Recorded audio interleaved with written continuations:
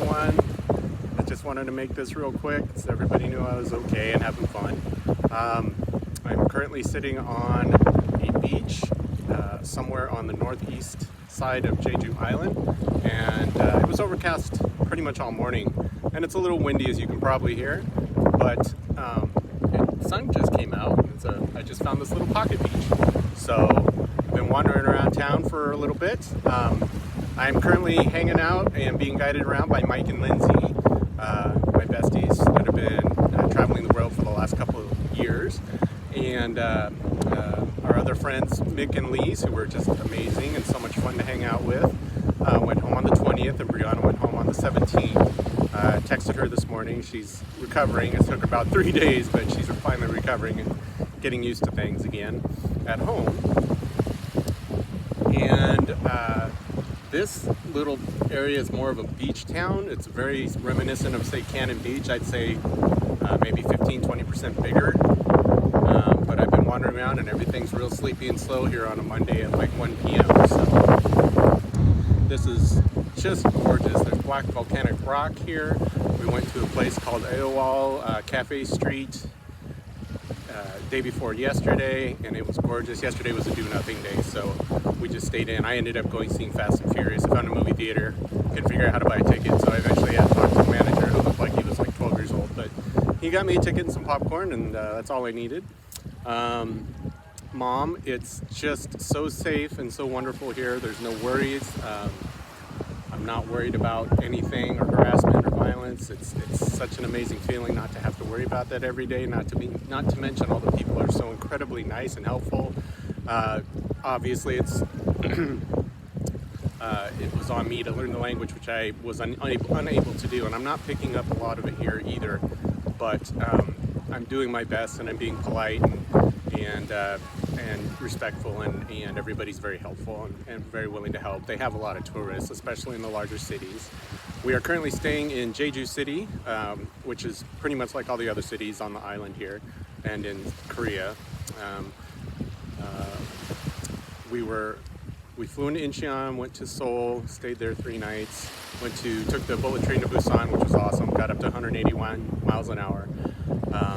Busan was amazing. Mick and Lise took me and Brianna to the promenade and the major beach there, which is just gorgeous. It was Brianna's favorite place. Before Brianna left, we found a city park not too far from where we were staying in the center of Busan. That was amazing, just full of beautiful things. Big, massive park, man-made structures as well as natural beauty.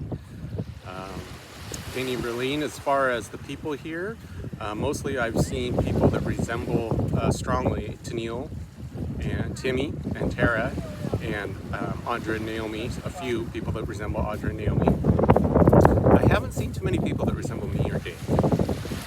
As far as how I fit in, physically I'm quite a bit more muscular than everybody else I've seen. I've clearly seen all shapes and sizes of people here, but I seem to be, for my age group, seem to be much more built. I guess that's thanks to a life of, physical labor. The food has been great. We've gotten to do fancy dinners as well as just buy things at the local convenience stores. There's a ton of 7-Elevens here. I mean, they are a couple on every block almost.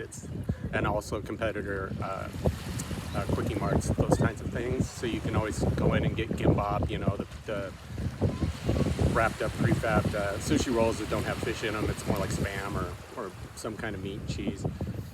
But we also made a special night of going out to Black Pork Street, which is a section in the neighborhood for Mick and Lisa's last night, and had an incredible black pork, which is a black-haired pig that they raise specially here. I guess it's been compared to similar, kind of like coho salmon in our area, very special to the area. From here, we'll go to Seoul again. I had a mishap. I left my phone while we were rushing in transit to get to the airport to fly out to Jeju Island from Seoul. And this country's so nice that I did find my phone app, and somebody found it and turned it into Lost and Found in the middle of a busy transit day in a subway in the middle of the city. It was crazy. I was so crestfallen because I thought I'd lost my phone, and it's waiting for me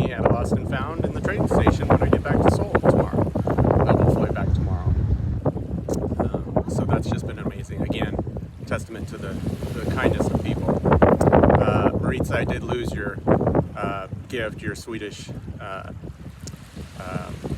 knife. They found it in the luggage at the airport on the way out here to Jeju. So she held it up and gave me a stern talking to, and I was like, okay, I can keep it. And so otherwise, obviously, it wasn't going to fly.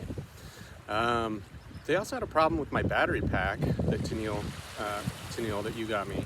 So I had to take it out and put it in my bag, my backpack instead. But other than that, those are kind of the only mishaps that I've had, and so far, that's been wonderful. I mean, I've just really been cared for and guided around, and by Nick and Lise and Mike and Lindsay and Brianna helped figure out a whole bunch of things too while she was on her visit here. So anyway, I just wanted you to know that Jeju Island is just fantastic. There hasn't been a place here that I haven't liked.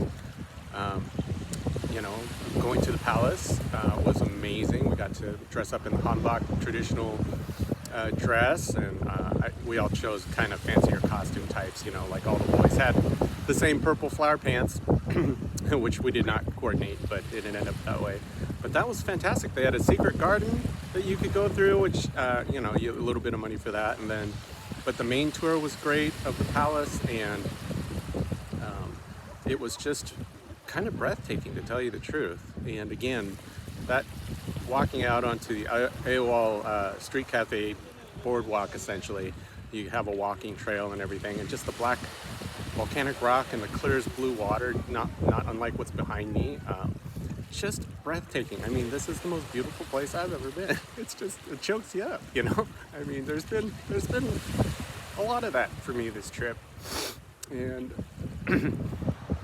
nothing compares to when Brianna and Lise tracked down where I was abandoned. It turned out to be a church, which of course, you know, me, not a religious guy at all, but of course it made sense. It was in a quiet little neighborhood at the bottom of a little giant hill, I guess they might call it a mountain, but it was all built down, and it was at the bottom of that little hill, and it was a church. Mick saw, he read it on the internet that the church was built in the late 70s, but there clearly had been a church there before.